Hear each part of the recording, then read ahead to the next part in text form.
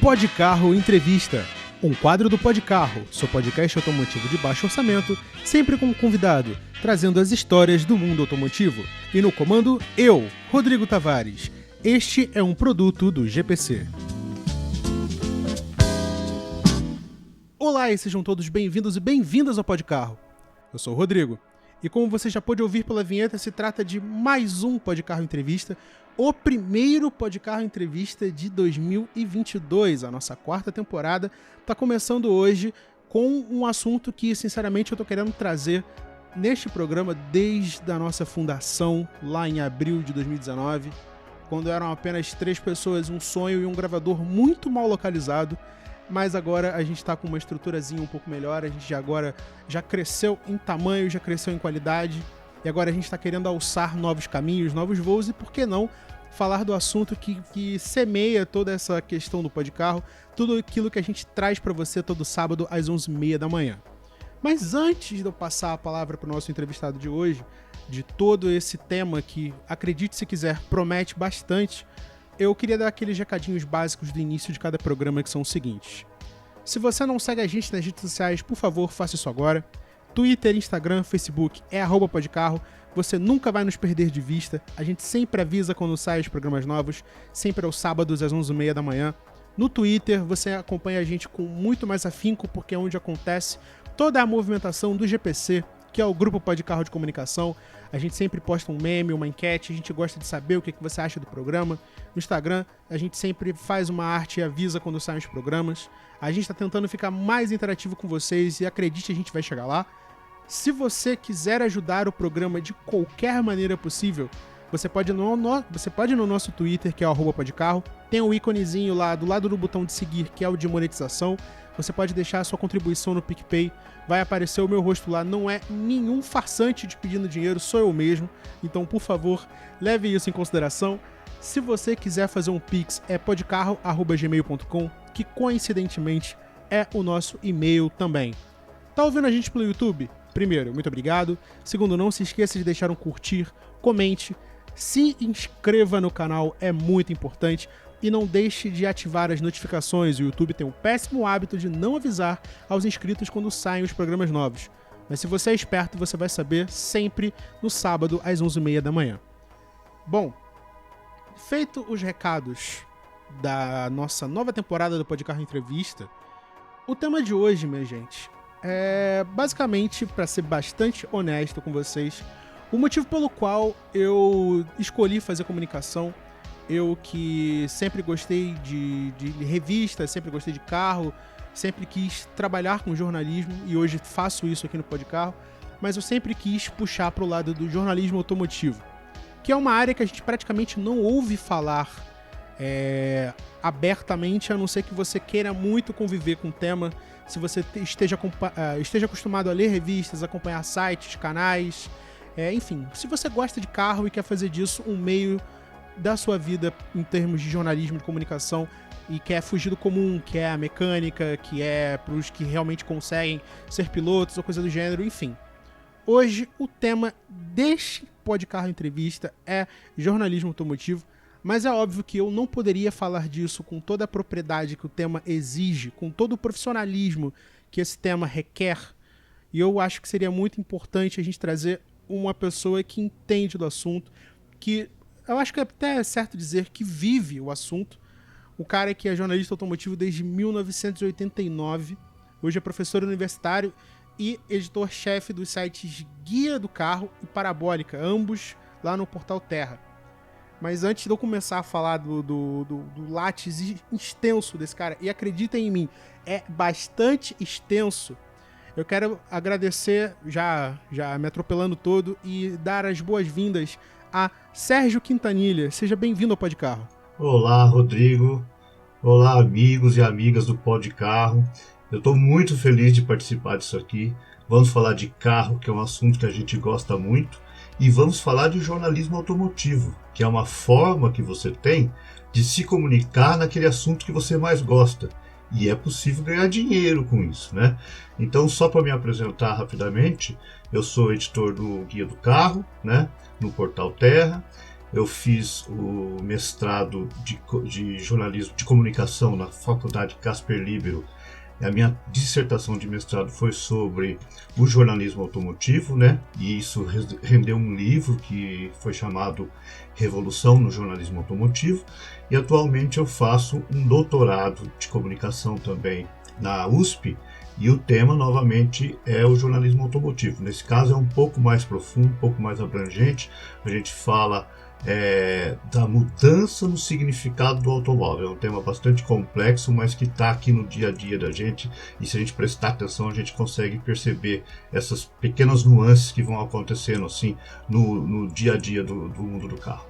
Bom, vocês estão vendo que hoje a gente não está falando dos nossos temas comuns, a gente está falando de literalmente o lado profissional do jornalismo automotivo que a gente faz aqui no Podcarro, mas agora numa escala muito mais importante, numa escala não só acadêmica, mas também ligada ao dia a dia daqueles que entendem, que falam, que repetem e convivem o tempo todo com o automóvel, que é o que a gente faz aqui, que é o que o Sérgio faz também com os trabalhos dele. Então a gente tem muita coisa para falar hoje. Mas antes eu tenho que fazer um último recadinho que passou pela minha cabeça aqui. Eu esqueci de fazer. É o seguinte.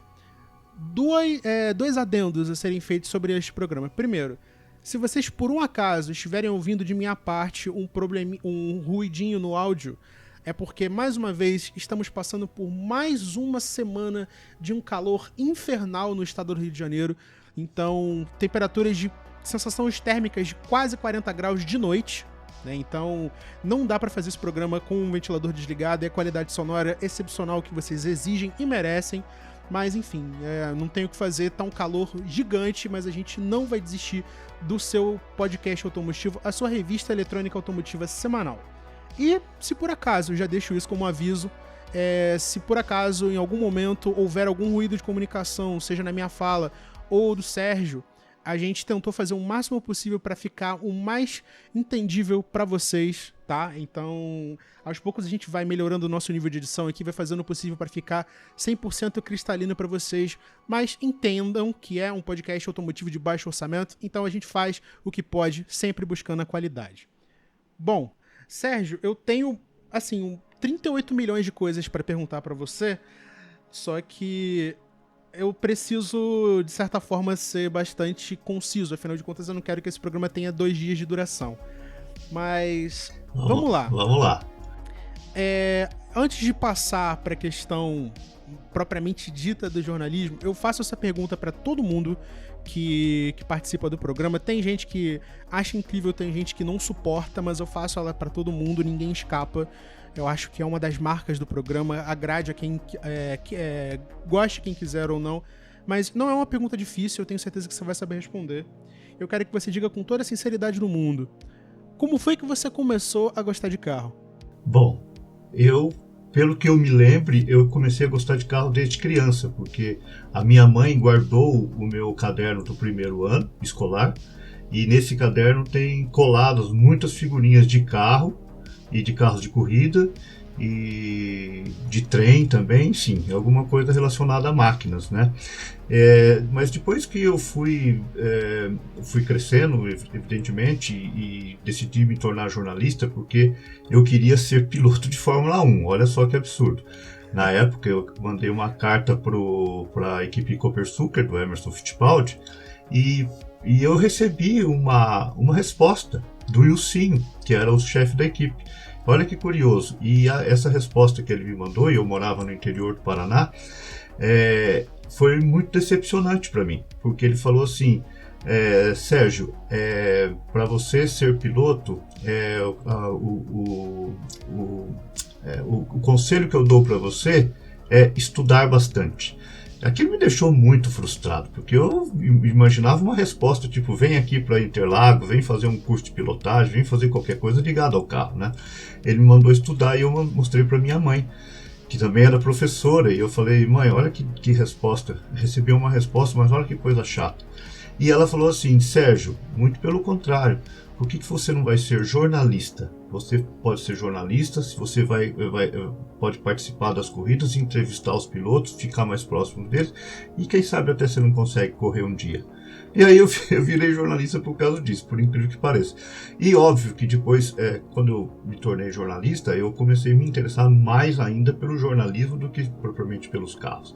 Mas daí, em 1989, eu vim para São Paulo, morava no Paraná, trabalhava em Curitiba, num jornal diário, e vim para São Paulo, fui trabalhar na revista Grid, né? Na revista Placar, na verdade, de futebol. E aí surgiu o lançamento da revista Grid, eu fui para essa revista, só que depois de 9 meses a revista fechou. E aí me levaram para 4 rodas. E ali, dali não saí mais. Fiquei 5 anos na 4 rodas, fui redator-chefe. E depois aí a história prosseguiu, fui até dono de editora. Olha, eu realmente eu fico muito embasbacado, porque é muito legal. Eu sempre colho essas histórias de todo mundo que participa aqui, porque não só por mero interesse meu, imagino que também do público, mas é engraçado ver a forma distinta como as pessoas conseguem se relacionar com o automóvel, como é que isso começou, como é que isso brotou na vida das pessoas, porque eu parto muito do princípio que carro não é uma coisa que é uma coisa empurrada, é uma coisa que nasce com você, em algum momento aquilo aflora, e eu acho que esse momento de você recebendo essa comunicação da Copersucar é tipo o começo de tudo ali, o chamariz pro que viria a ser a sua carreira. Eu acho isso muito incrível e é por isso que a gente pergunta. Então, já partindo para essa parte, a redundância, já partindo para essa parte do... Rodrigo, diga. Só para acrescentar, essa parte foi mais ligada à parte do jornalismo automotivo, porque também depois na infância eu comecei a gostar muito de carros por causa dos carros que meu pai comprava, né? Começou com um Fusquinha e tal, depois ele acabou comprando uma Variant, depois ele comprou um TL, e um TL da Volkswagen, né? Que era um carro, que era um coupé, e aí ele colocou umas rodas assim, aquelas rodas escorro, muito bonita, com aquelas faróis CBE, e aquilo foi me dando assim, uma paixão pelo automóvel. E aí no futuro que eu acabei unindo essas duas coisas. A paixão pelo carro e a paixão pelo jornalismo. Melhor ainda. Basicamente pegou o que eu falei ali e colocou a cereja do bolo, que é o contato com o automóvel. É perfeito, porque é isso que cativa a gente, é isso que faz a gente correr atrás dessa conexão homem-máquina, que é o que a gente trabalha hoje o tempo todo, que é a forma como a gente reage ao automóvel, as concepções de sociedade que isso gera, enfim, tudo isso que a gente acaba vivenciando, abordando o tempo todo. E é justamente por isso que eu queria até te perguntar. É óbvio, você decidido a fazer jornalismo automotivo, quer dizer, decidido a fazer jornalismo, melhor dizendo, caiu no mundo do jornalismo automotivo e eu preciso perguntar agora como curiosidade minha mesmo. Como foi conviver com esse período ali da 4 rodas? Como foi desenvolver o jornalismo automotivo, que eu digo clássico, né? Que era o jornalismo de revista, um jornalismo bastante até detalhista, se for comparar com o jornalismo de hoje, mais voltado para a questão do digital e tal. Isso marcou muito sua vida? Conta pra gente. Marcou muito, e para quem está ouvindo hoje e está acompanhando como a comunicação é rápida hoje, não vai nem acreditar como as coisas eram antes. Para você ter uma ideia, quando eu passei a ser o editor de testes, primeiro eu passei a ser editor de testes da revista 4 Rodas. Então, havia os repórteres que iam na pista, faziam as medições e faziam um texto, e eu dava assim um texto final, fazia edição, escolhia as fotos, fazia o título, as legendas, essa coisa toda, né? Dava uma mexidinha no texto e tal. Por incrível que pareça, a 4 Rodas tinha algumas notícias, saíam 4 meses depois de que saía o acontecimento. Alguma coisa acontecia na Europa, algum lançamento, ou nos Estados Unidos, 4 meses depois era publicado na 4 Rodas. Jesus amado. E 4 meses, é isso aí. E eu fiz um trabalho que foi muito marcante lá na época, na Editora Abril, que eu reduzi isso para 2 meses. E parece mais 2 meses foi alguma coisa grande, mas também é muito. Mas se você tem que considerar o seguinte, naquela época, a Quatro Rodas fechava, por exemplo, lá pelo dia 18 do mês. E só para o processo industrial de uma revista, que você tem que mandar para a gráfica, toda aquela coisa que tinha depois de impressão, distribuição toda, levava mais 20 dias para a revista ser publicada.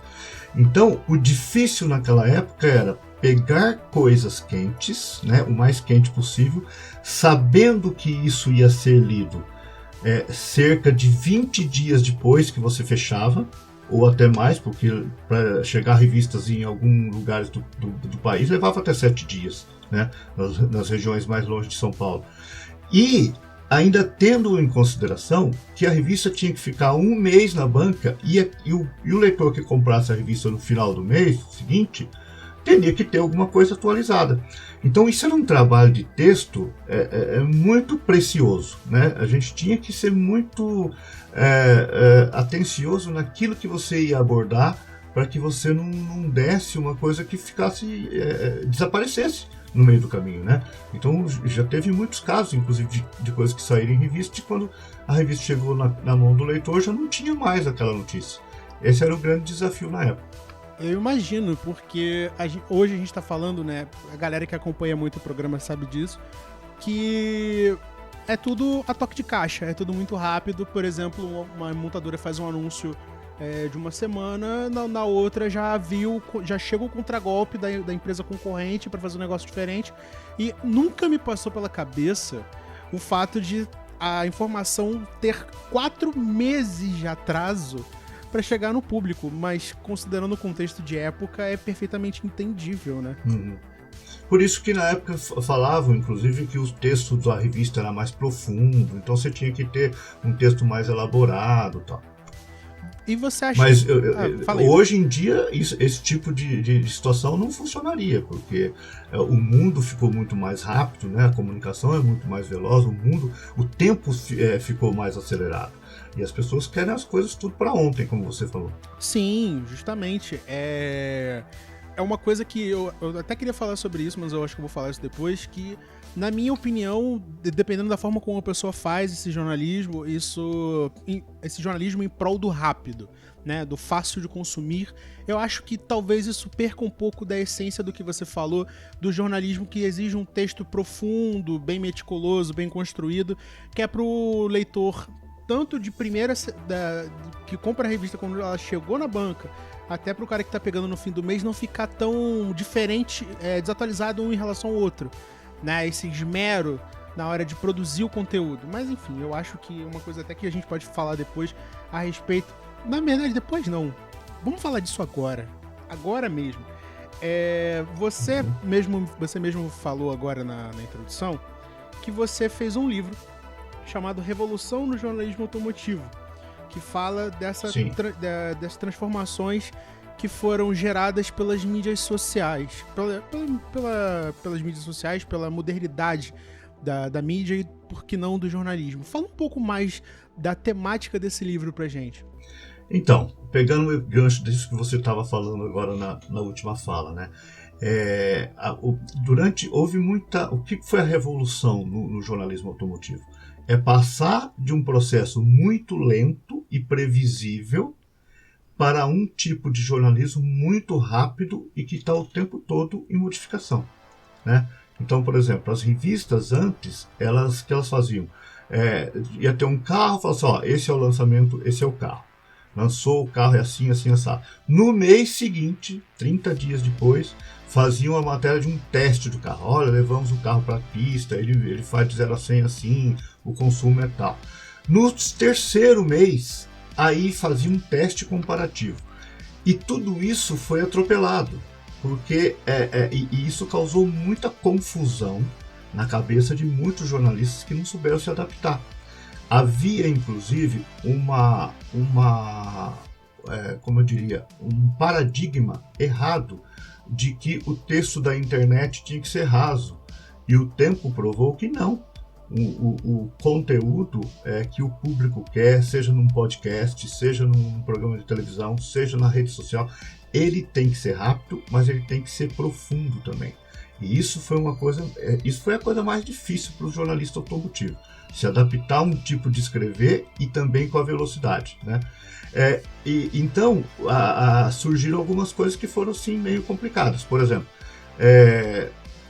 eu já vi revista fazer um lançamento, um comparativo de um carro que estava sendo lançado no mês que ele estava sendo lançado. Quer dizer, você nem sequer apresentou aquele produto e já está comparando com o outro. Quer dizer, essa forma de jornalismo, que está também ligada à forma como é a nossa vida em sociedade, ela é muito desgastante, ela é muito rápida.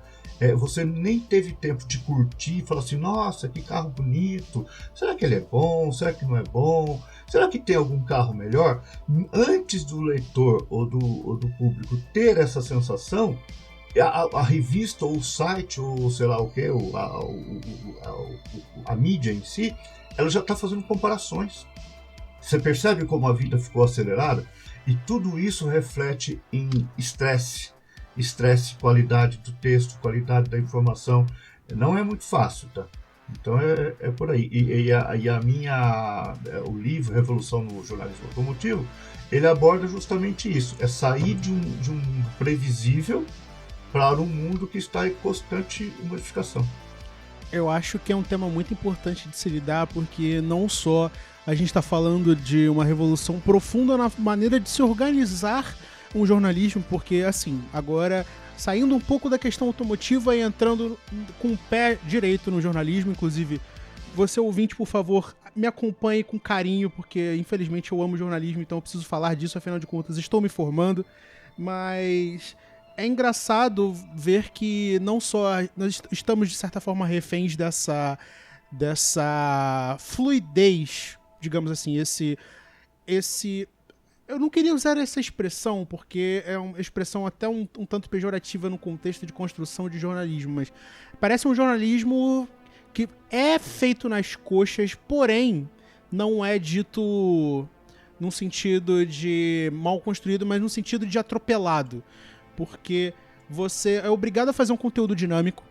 Essa é a chave da questão. Você tem que fazer um conteúdo dinâmico porque o seu público é exigente e ele tem uma necessidade. Eu quero que o seu conteúdo seja de tal tamanho, sobre tal assunto, que tenha tais elementos e que seja para eu consumir no intervalo entre eu sair de casa e ir pro trabalho ouvindo no rádio do carro. No caso, num podcast, por exemplo. E levando em conta isso que você falou, que muita gente foi pega de surpresa e tal, isso por acaso teria ajudado no dito hoje desinteresse do público em relação à revista? Por exemplo, eu vou dar o exemplo do lugar onde eu moro, tá? Eu moro na zona oeste do Rio de Janeiro e onde eu moro, eu acho que eu tenho quase certeza absoluta, que eu era a única pessoa que comprava uma revista automotiva. Única, do bairro inteiro. Então, tanto que eu conhecia dono de banca pelo bairro todo. Uma não tinha, o outro tinha, e era sempre uma unidade. Não eram duas, não eram três, era sempre uma só. Eu era a única pessoa que comprava essas revistas e, tipo, até recentemente. Hoje em dia nem isso faço mais. Mas será que esse atropelar do jornalista que estava acostumado com uma estrutura e se viu agora tendo que fazer malabarismo com facas para poder fazer um jornalismo mais dinâmico, será que isso fez o público perder o interesse pela revista automotiva? Não, eu acho que não foi isso. Eu acho que o que fez o público perder o interesse pela revista automotiva é o próprio processo industrial dela, e por mais que seja feito, que os processos tenham ficado mais rápidos, continua sendo lento, né? Então, o que o público vai ler? Ele vai comprar uma publicação, pagar por uma publicação que ele tem para ver notícias que ele tem de graça, e notícias que ele já sabe, porque já saiu na internet. Agora, a grande dificuldade do jornalista também, o profissional, foi que as redes sociais e a internet possibilitaram que pessoas que não eram jornalistas profissionais também passassem a produzir conteúdos. E houve uma resistência muito grande de jornalistas assim, digamos assim, os que se achavam mais alguns totens, digamos assim, né, que não aceitavam as mudanças no mundo, porque onde já se viu essa pessoa que não é nada vem aqui falar de jornalismo. Então, pessoas que têm um saber sobre automóveis, mas que também não sabiam, não tinha a técnica do jornalismo, passaram a disputar esse espaço. E muitas vezes esses conteúdos de pessoas amadoras, né, na parte amador na parte de jornalismo, mas não na parte de comunicação, passaram a ser até mais interessantes do que aqueles que estavam lá naquela fórmula antiga. Então tudo isso foi se afastando. Quem sobreviveu? Os jornalistas. Sobreviveram os jornalistas que conseguiram se adaptar, enxergar esse novo mundo. E essas novas pessoas que entraram também pro meio passaram a utilizar técnicas de jornalismo que antes elas não tinham. Então houve um encontro ali no meio do caminho, e hoje não tem como mudar isso.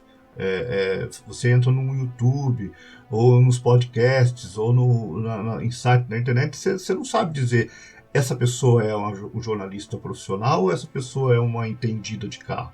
Se ela for uma entendida de carro e souber se comunicar, ela pode se dar muito bem.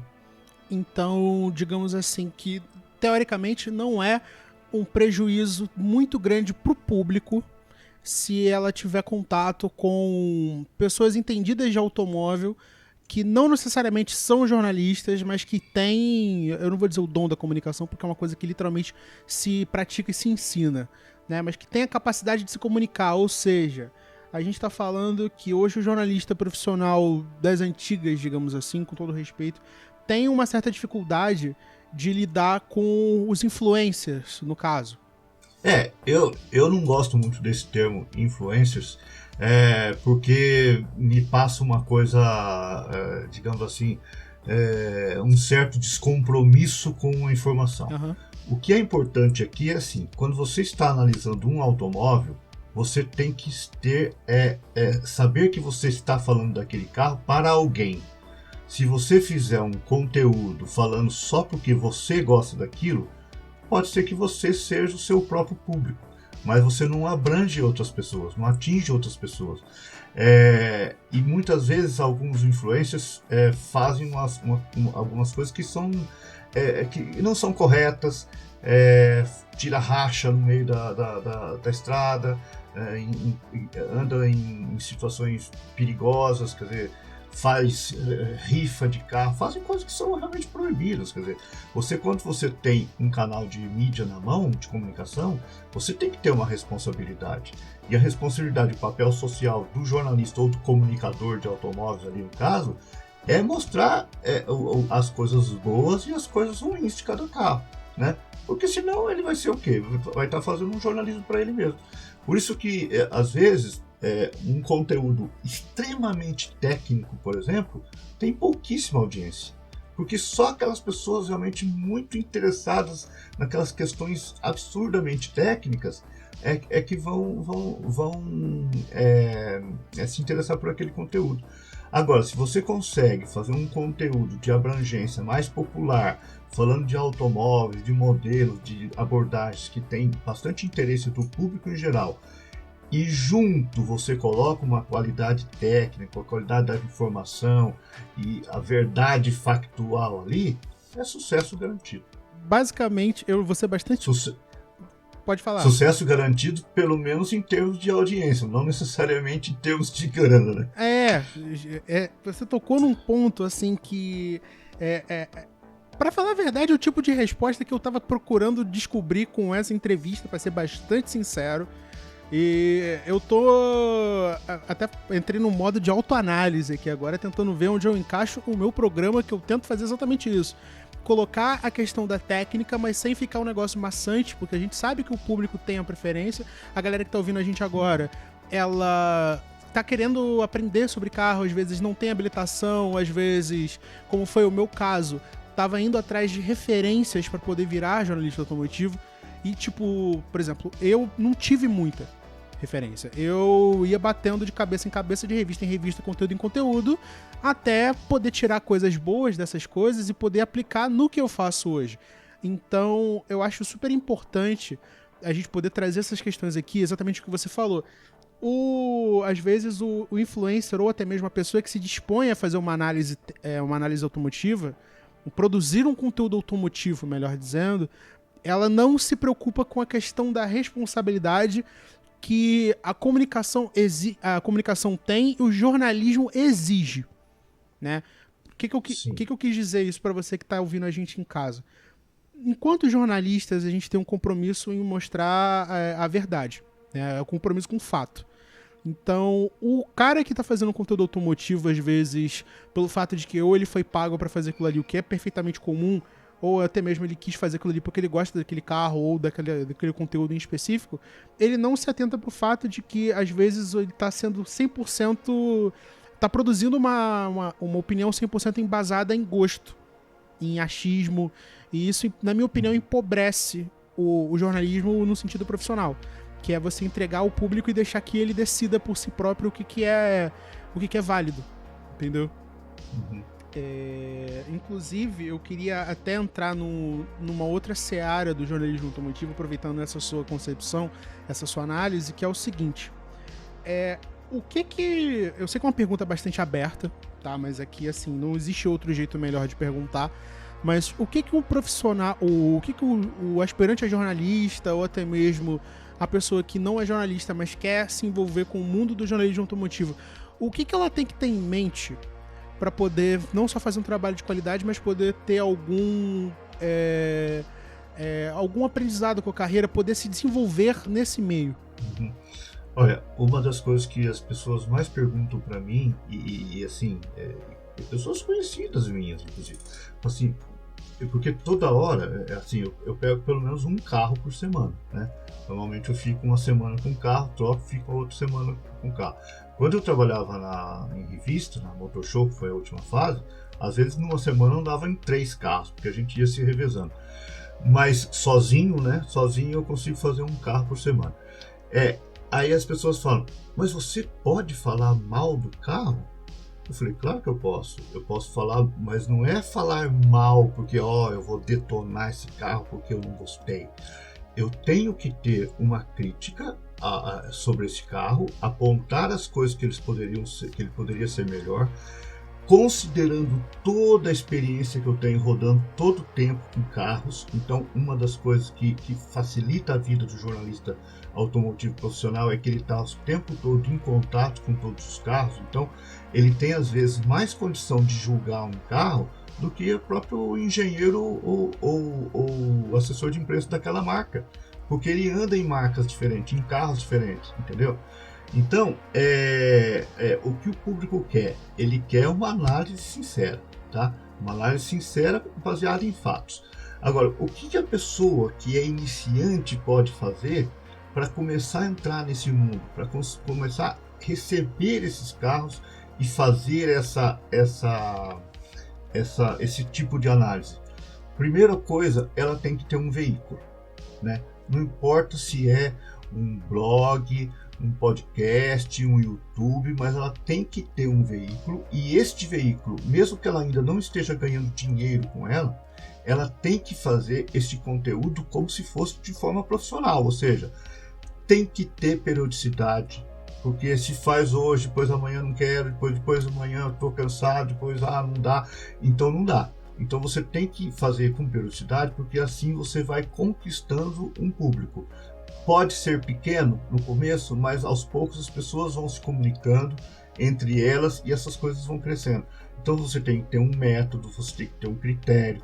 Se você não tem condição de fazer um teste do carro, porque evidentemente nenhuma montadora vai dar um carro para uma pessoa que não conhece, né?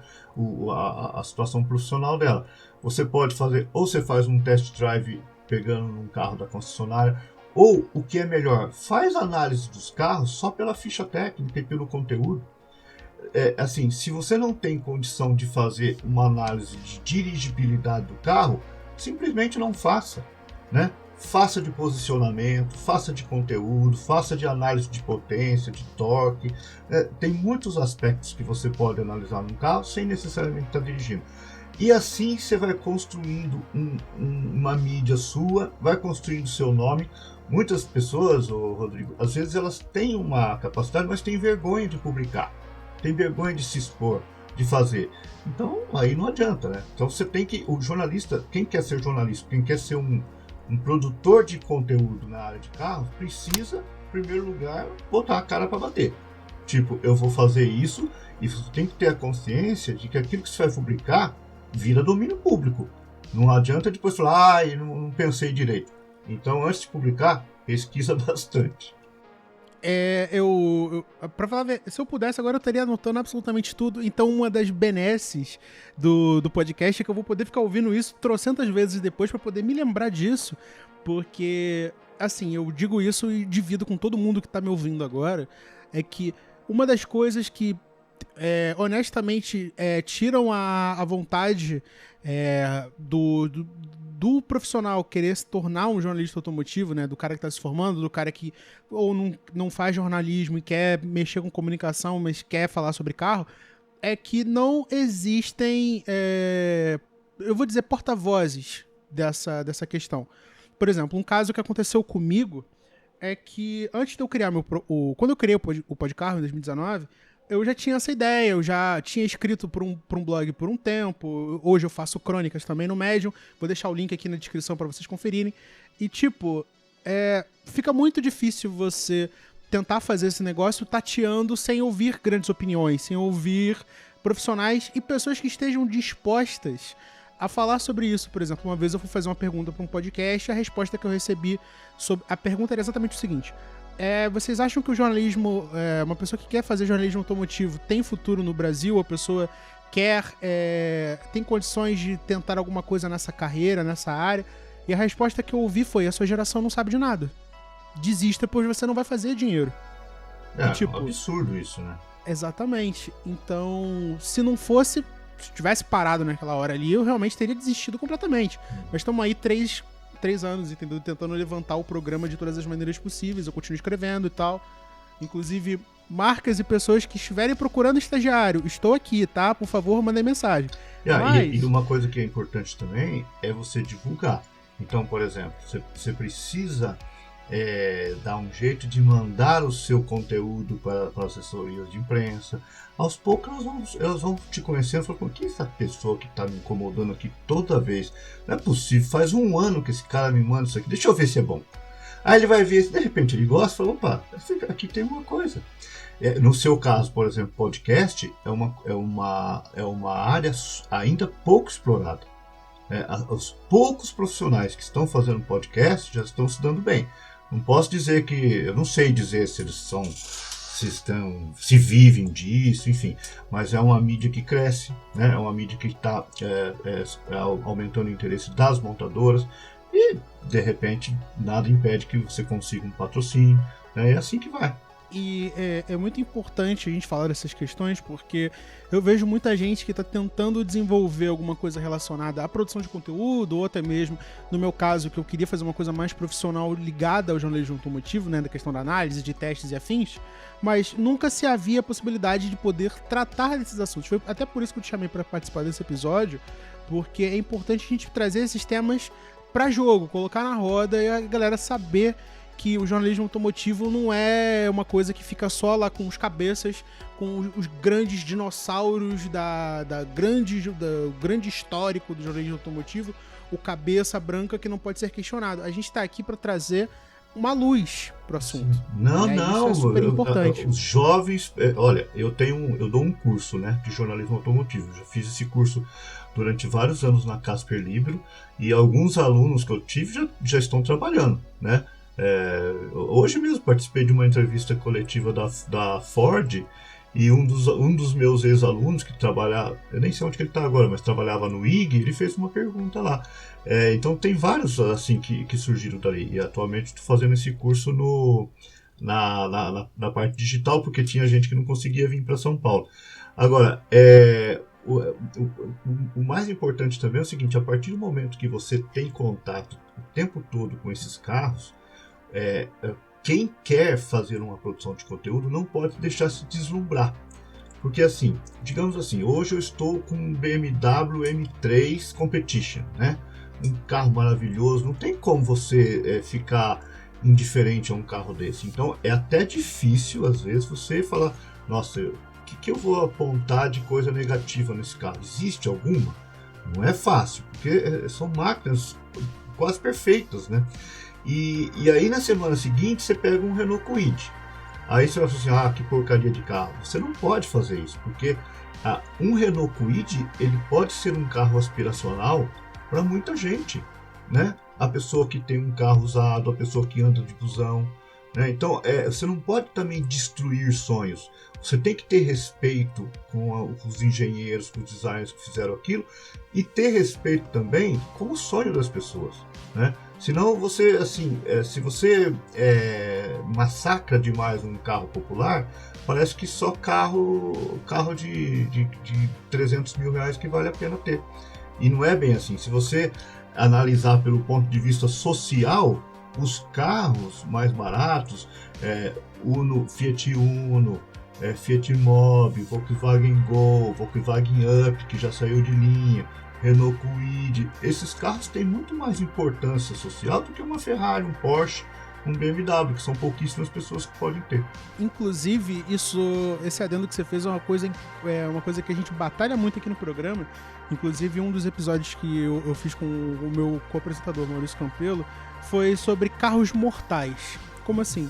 Carros 1.0, populares, que são o que movem, são a base motriz da frota nacional. É onde todo mundo começa, é onde eu comecei, por exemplo, com o meu Gol 95 CHT. Então, tem toda aquela questão do carro popular ter valor. Para mim, e eu digo isso, não digo só eu, mas eu digo em nome de todo o GPC, todo carro tem o seu valor. Todo carro tem o seu valor e isso precisa ser debatido. Porque é muito fácil você chegar hoje numa conversa e falar, não, mas o Kwid é uma porcaria, porque é um carro básico, que foi feito para mercados emergentes, e bom mesmo é eu comprar um 300C delaminado, sabe? Porque é resto de rico. Então eu acho que tudo tem o seu valor, tudo tem que ser bem explicado, porque aí entra outra coisa que você já falou. A responsabilidade na hora de construir um conteúdo e aqui, no caso, uma opinião, né? Porque a gente publica, a gente escreve, a gente faz vídeo, faz podcast e aquilo ali fica gravado. Então, pro cara chegar depois e querer cobrar porque eu falei uma coisa, eu dirigi o Kwid hoje, pela primeira vez, a Renault finalmente atendeu minhas ligações e me emprestou um carro. Aí eu vou dirigir o Kwid e falo que é bom. Aí o cara vai caçar 38 programas meus falando que o Kwid é uma porcaria. Ele vai cobrar um posicionamento, vai querer me cancelar de repente, dependendo da paciência do Twitter no dia. Então, é aquela coisa, é necessário investir em responsabilidade na hora de fazer produção de conteúdo, porque isso fica marcado não só pra gente que faz, mas também pra galera que escuta, né? Uma coisa importante também, quando a gente vai pegar um carro, é analisar qual é a proposta desse carro, né? Como você falou, da época que eu trabalhava na Quatro Rodas, depois eu saí da Quatro Rodas e fui fazer a revista Carro, que foi a revista do consumidor. Essa revista ela quebrou um paradigma importante, porque no começo dos anos 90, ela surgiu em 94. Aliás, surgiu em 93, de novembro de 93. Todos os carros eram analisados só sob o ponto de vista de aceleração de motor. Parecia que os carros não tinham outra coisa. Mas tem carros que eles não foram feitos para serem campeões de 0 a 100. São carros que foram feitos para ser diferentes. Então, a primeira coisa você tem que pensar assim, por que o marketing da montadora decidiu fazer esse carro? Por que a Ford decidiu fazer a picape Maverick, né? Por que a Fiat resolveu fazer a picape Strada com 4 portas, cabine dupla? Você tem que entender qual é a proposta daquele carro e aí, dentro de sabendo qual é a proposta daquele carro, analisar se aquele carro está cumprindo aquilo que ele promete. Por quê? É a mesma coisa que você falar assim, eu vou falar mal do Porsche 911 porque ele não tem porta-malas. E além de tudo, na frente ali ainda carrega um step, ou seja, não tem espaço para nada. Mas você acha que alguém que compra um Porsche 911 está interessado em porta-malas grande? Esse cara vai comprar com certeza um Cayenne, né? Exatamente. Então cada carro tem a sua proposta. Muitas vezes, muitos jornalistas fizeram críticas aos carros só com base na aceleração de 0 a 100, que é a coisa que as pessoas menos usam. Por exemplo, as pessoas compram um carro, Rodrigo, por causa, sem saber, óbvio, mas por causa da relação peso-torque, que é quando você está naquela faixa ali do trânsito, que o carro está, sei lá, 1.500, 2.000, 2.500 giros, que é onde você mais usa o carro. Então o carro às vezes pode ter até uma potência ruim, mas se tiver um torque bom, às vezes ele vai suprir para esse consumidor que anda ali no carro, na cidade, entendeu? Então você tem que ter essas coisas em mente para fazer a análise do carro. Agora, tudo isso como é que você vai adquirir? Você vai ter que ler, vai ter que ouvir, vai ter que estudar. Quer dizer, o conhecimento vem ao longo do tempo. Ninguém nasce sabendo. Né? Exatamente. Inclusive, foi até legal você ter tocado nesse ponto, que eu estava discutindo isso com os amigos recentemente e surgiu na roda de conversa que o brasileiro ele é muito fã de torque. Né? Não necessariamente de um motor muito potente, mas sim de um carro que tem uma boa relação de torque. Eu não fazia ideia de que o preferencial, mas é óbvio que levando em conta um trajeto urbano e um carro, não importa se é manual ou se é automático, mas é a mobilidade, é a chamada força, né? A força que o carro tem para sair ali da imobilidade. Eu realmente não sabia disso.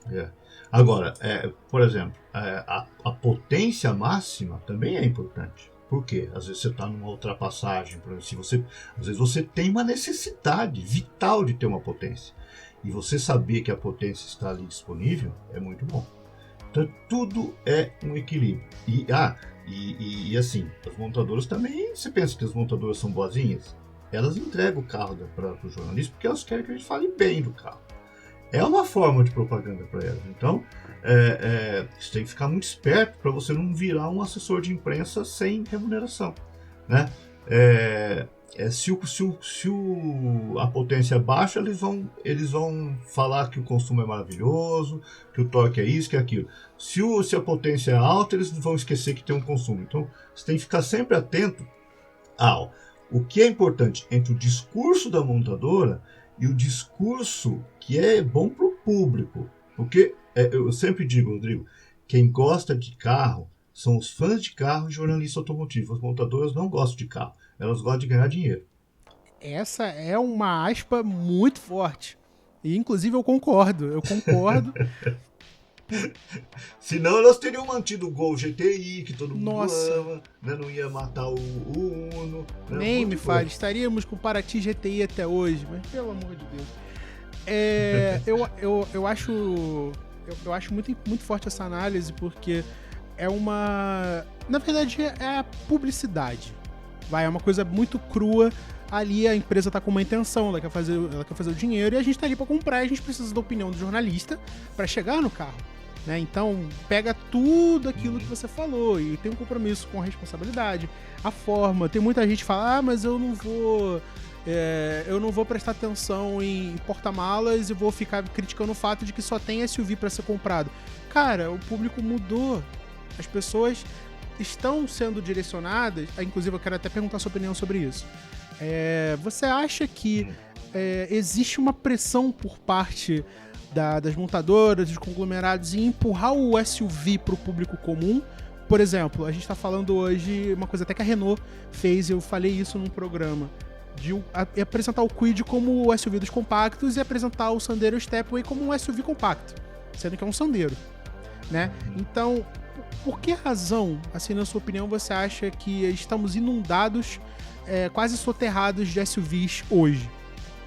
Na minha opinião, não é culpa das montadoras, é culpa do público. As montadoras fazem o que o público quer. Se o público tá todo mundo querendo comprar isso, óbvio que eles vão fazer só isso, né? Se alguém lança uma perua, ninguém compra a perua. Quer dizer, a Volvo lançou recentemente uma perua, a Audi também lançou uma perua, ninguém compra, quer dizer, então vai morrer mesmo.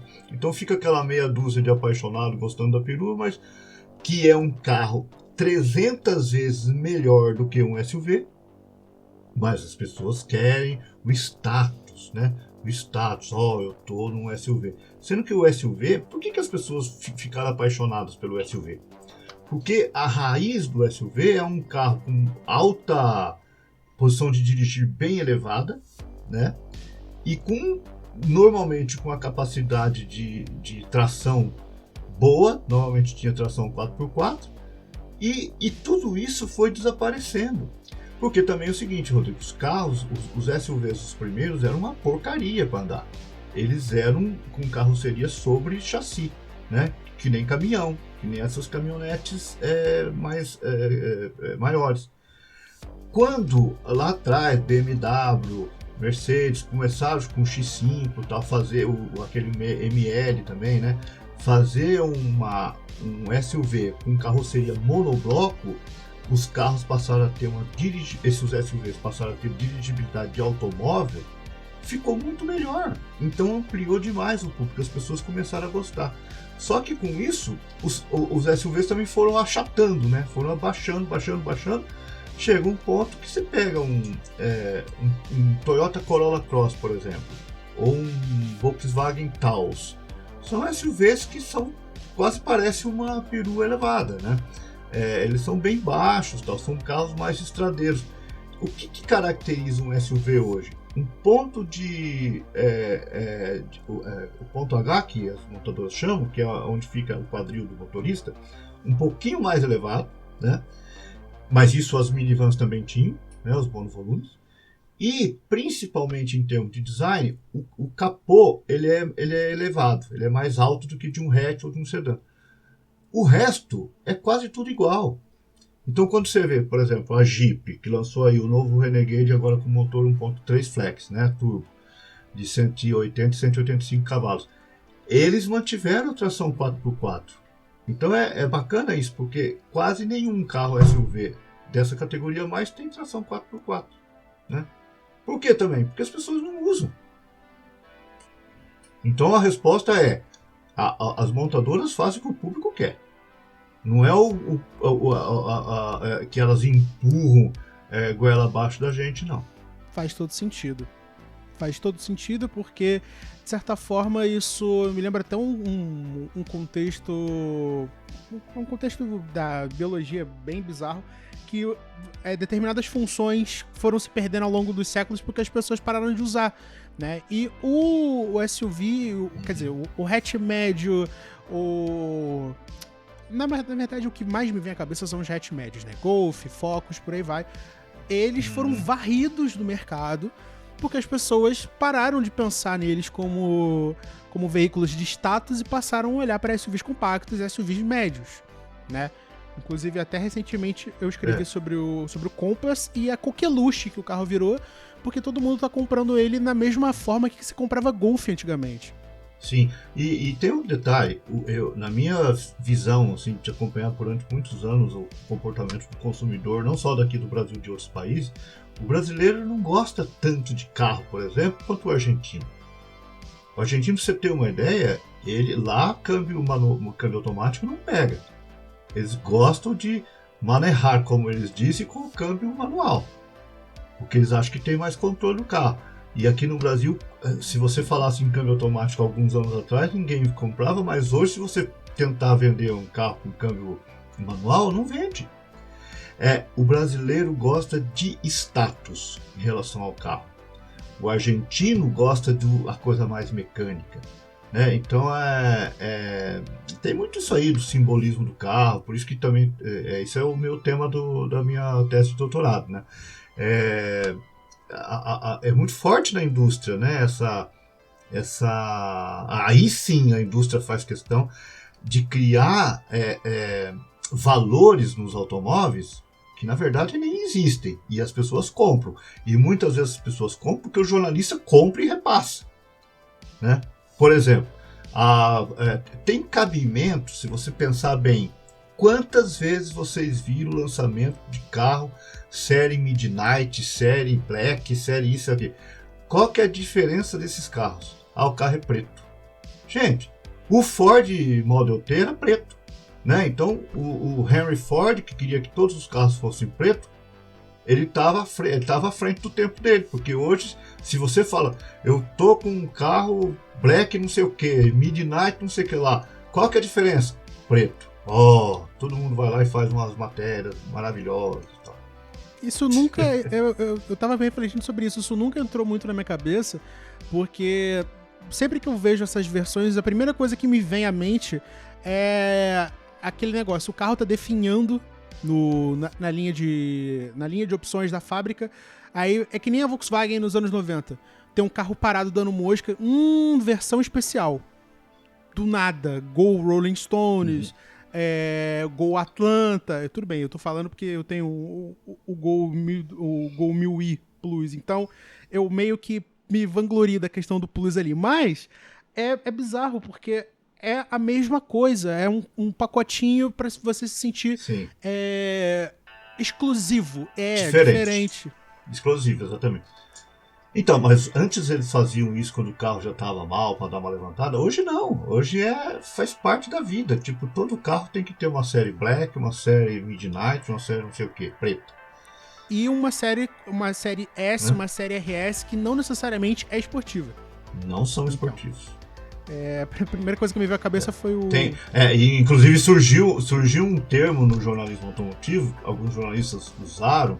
Eu usei algum tempo, depois eu comecei a parar de usar, que é o carro esportivado, né? Que é uma palavra, na verdade, que acho que nem existe, mas que seria o carro com design esportivo, mas que não tem nada de diferente em termos mecânicos. Mas, olha, lembra que eu falei que eu gostava do TL do meu pai lá, quando eu era criança? Por quê? Meu pai tinha colocado um farolzinho CBE, tinha colocado roda escorro, né? Pneu tala larga, como a gente falava. Tinha toca-fita no carro. Olha, já pensou toca-fita, dava pra ouvir música do Roberto Carlos.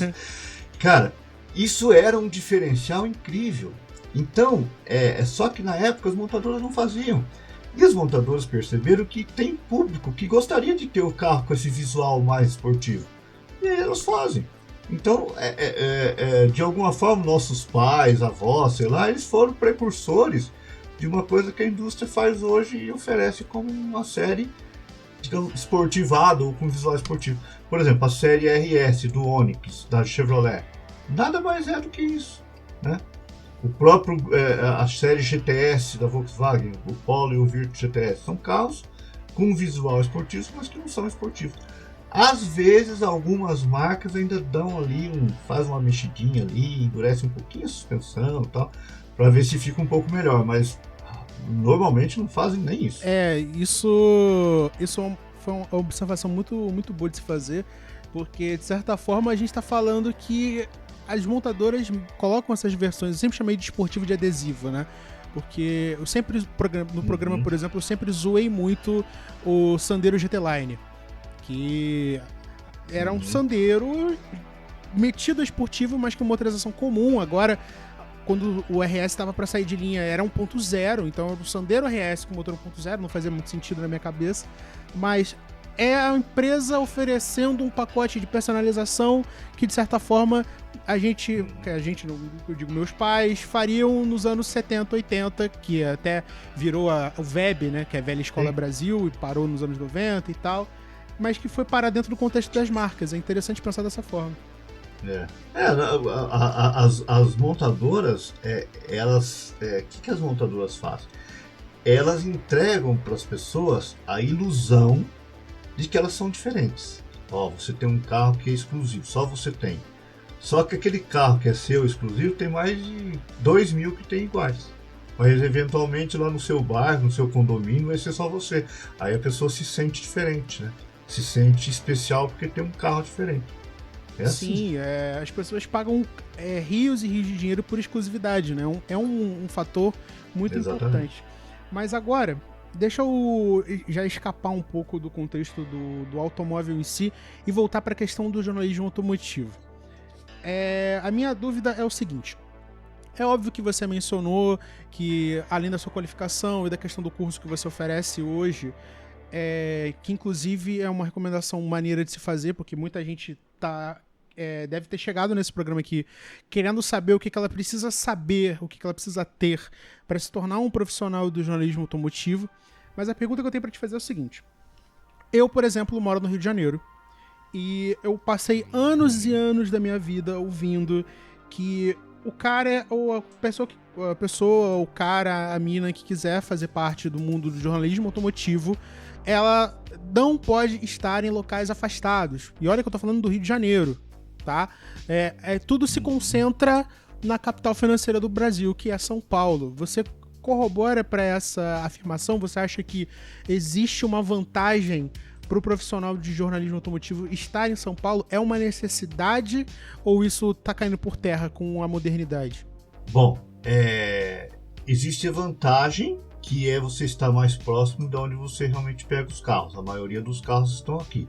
Mas vou te dar um exemplo. No guia do carro, eu tenho uma pessoa, um repórter, que trabalha comigo, que foi meu aluno, inclusive, e ele mora no Rio de Janeiro. Então ele faz todas as matérias dele no Rio de Janeiro. Ele já fez viagens, ele veio aqui para São Paulo fazer uma viagem, um lançamento do Audi A3. Ele foi para o Rio Grande do Sul fazer o lançamento do Volvo XC40 elétrico. Agora, no começo do mês, ele vai para a Argentina fazer um lançamento lá com a Nissan Frontier. Porque está começando, existem muitos eventos de lançamento e eu não consigo fazer todos. E ele mora no Rio de Janeiro. Quer dizer, hoje com a internet, você não precisa mais estar em São Paulo. Tá? Agora, é mais difícil você andar nos carros. Por exemplo, outro jornalista, um dos melhores jornalistas do Brasil, inclusive, é o Jason Vogel, que tem um grande conhecimento de automóveis. Inclusive, se vocês virem aí no Rio de Janeiro um Citroën de Chevaux circulando, é dele, né? E ele mora no Rio também, né? O que acontece? Quando você está numa mídia mais forte, as montadoras mandam o carro para as outras capitais que não sejam São Paulo. Tem um amigo que mora em Belém do Pará e faz teste de carro.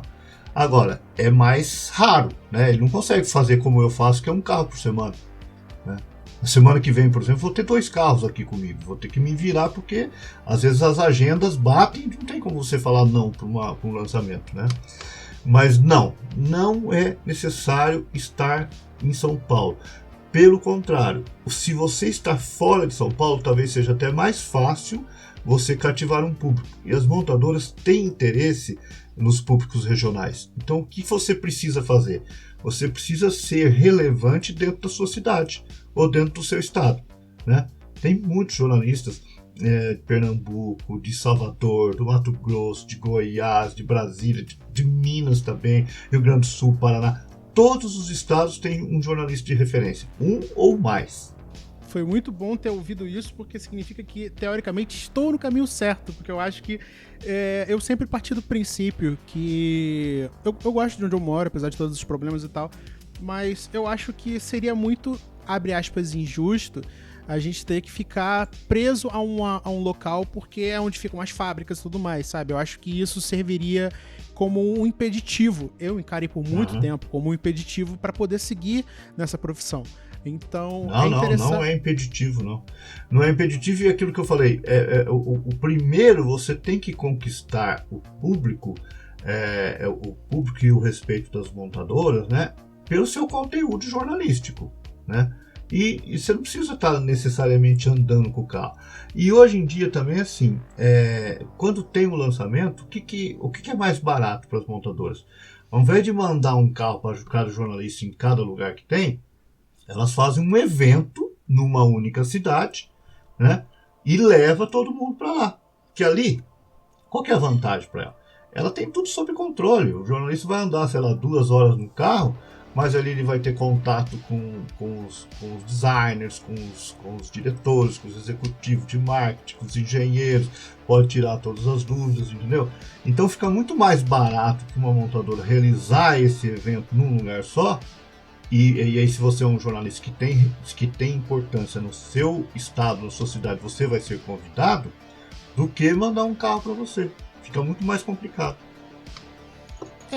De fato faz todo sentido, né? A logística para eles é muito importante, afinal de contas eles precisam fazer a divulgação e eles precisam de profissionais de gabarito para fazerem essas avaliações, né? Então faz todo sentido. Na semana que vem, esse mês ainda, eu fui convidado para o lançamento de um Volvo, o C40, que é elétrico, né, no México. Então esse lançamento vai ser na cidade do México, E eu estava falando com o assessor de imprensa da Volvo, eles estão levando 180 jornalistas da América Latina inteira.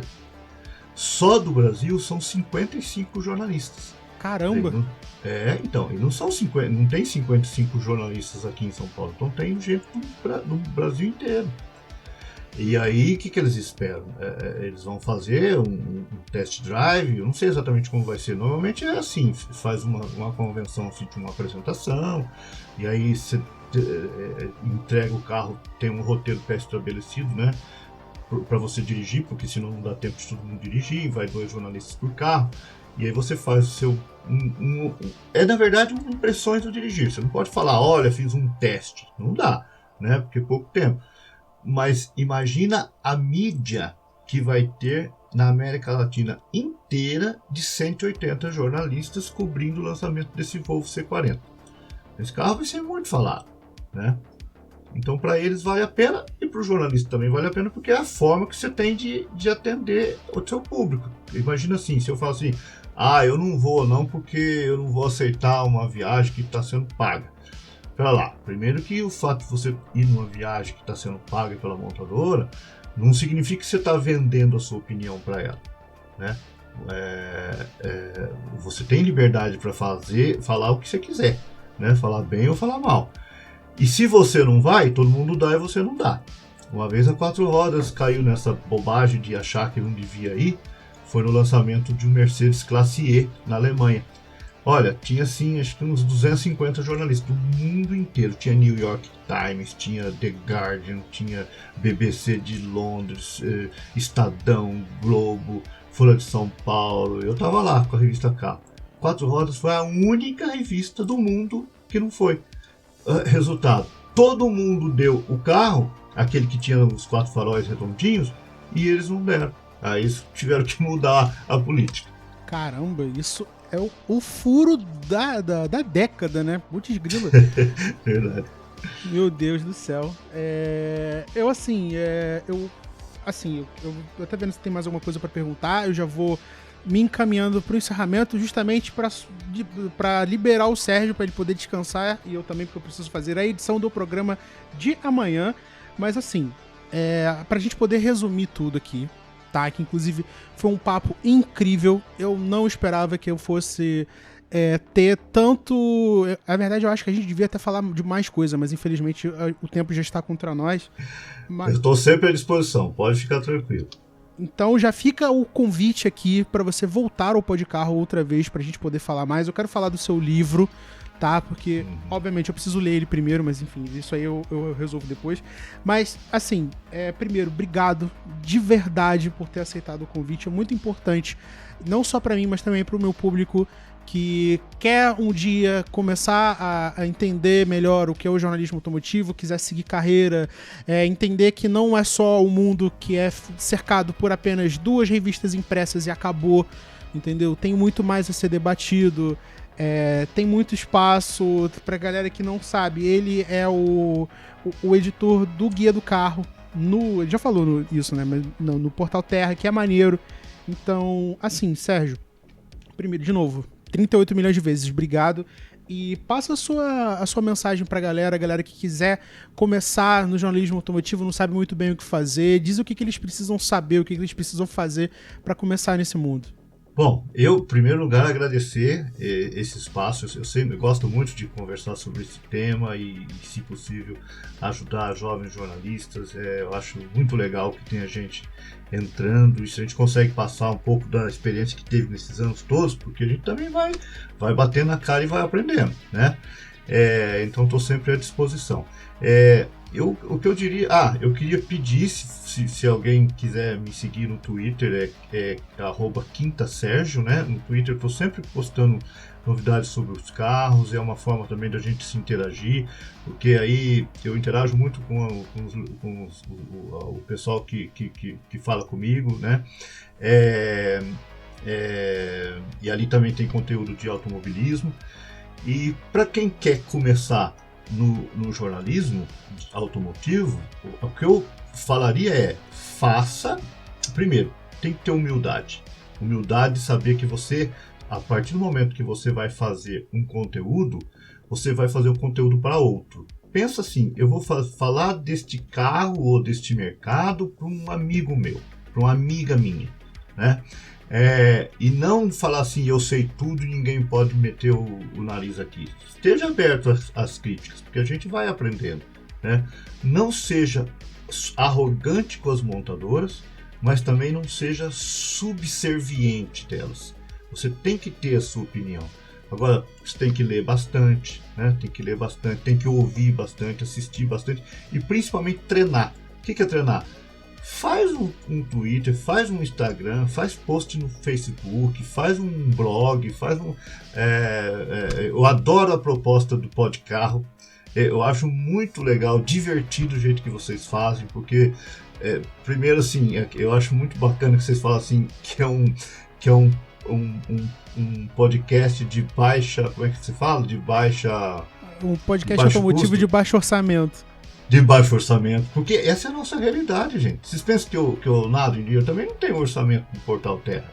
O que eu tenho? Eles têm toda a tecnologia, mas eu faço aqui da minha casa, né? Então, por sorte, eles abriram lá um canal e eles dão toda a tecnologia. Mas é assim que a gente faz. Faz um blog seu, se for o caso, publica um textinho no Facebook, ou no Twitter, ou no Instagram, vai fazendo foto, né? Vai treinando esse lado de ser jornalista, né? Porque isso é uma coisa bacana. E depois, se for o caso, você segue a carreira, né? Bom, eu acho que não tem absolutamente nenhuma vírgula, nenhum acento, nenhum ponto para adicionar a fala do Sérgio. De novo, agradecendo a presença dele. Foi muito enriquecedor saber que existe todo um mundo por detrás, não só das revistas, mas também da galera que faz, do conteúdo, seja ele na web, seja ele no impresso, seja ele no YouTube, e que é maneiro ver que, de certa forma, a gente não tá tão distante assim do que é o jornalismo automotivo de verdade, que dá sua responsabilidade de levar informação para quem quer ouvir e sempre fazer um negócio diferente, que é para não ficar todo mundo fazendo a mesma coisa, porque esse é o diferencial. Então, o negócio foi tão... Vou falar uma coisa que você vai ficar feliz e o teu público também. Hoje teve uma votação do jornalista mais querido, do veículo mais querido, tudo. E na parte de podcast eu votei lá no Podcarro, tá? No Jornalistas e Companhia. Então você já tem um voto pelo menos. Parabéns, viu, pelo trabalho de vocês. Eu nem sabia... Cara, eu não sabia nem que isso estava acontecendo. Eu tô completamente... Eu fui pego de 100% de surpresa. Eu tô... O Jornalistas e Companhia, ele faz uma eleição, né? Tem vários jornalistas e tal. Todo o público pode votar, mas também é mal divulgado. Então hoje eu fiz lá meus votos e na parte do podcast eu votei no Podcarro. Olha, muito obrigado, de verdade. Isso me enche de alegria, porque não só valida o trabalho que a gente faz, mas também dá vontade da gente continuar fazendo o que a gente faz. É o que a gente ama fazer, e em nome de todo mundo que ouve, que sugere, da gente que faz, obrigado. De verdade, a pessoa que colocou a gente lá, a pessoa que... E você por ter votado, inclusive, eu vou pedir encarecidamente para você que tá ouvindo a gente, para votar se você puder. De repente, se tiver um link, eu vou colocar aqui na descrição. Deem essa moral pra gente, porque é muito importante pra gente fazer isso dar certo. Porque a gente tem condição de fazer um jornalismo diferente e a gente vai fazer. Então, Sérgio Quintanilha e toda a sua expertise em termos de jornalismo automotivo, mais uma vez, obrigado por ter participado do programa. Você é bem-vindo para voltar outras vezes. Você já deixou as suas redes sociais, inclusive sigam ele, eu vou colocar aqui a @ do Twitter dele na descrição. Se vocês não seguem o Podcarro, por favor, façam isso agora. Twitter, Instagram, Facebook, @Podcarro em tudo que é lugar, tá? E a gente se vê semana que vem com mais um Podcarro, seja o Podcarro Drops, seja uma entrevista, seja o documento Podcarro, não importa. O importante é que sábado que vem, às 11h30 da manhã, a gente tá junto mais uma vez. Meu forte abraço e até semana que vem. Tchau, tchau. Você acabou de ouvir Podcarro Entrevista, um quadro do Podcarro, seu podcast automotivo de baixo orçamento. Não se esqueça de seguir o programa nas redes sociais, no @podcarro. Voltaremos no sábado que vem, às 11h30 da manhã.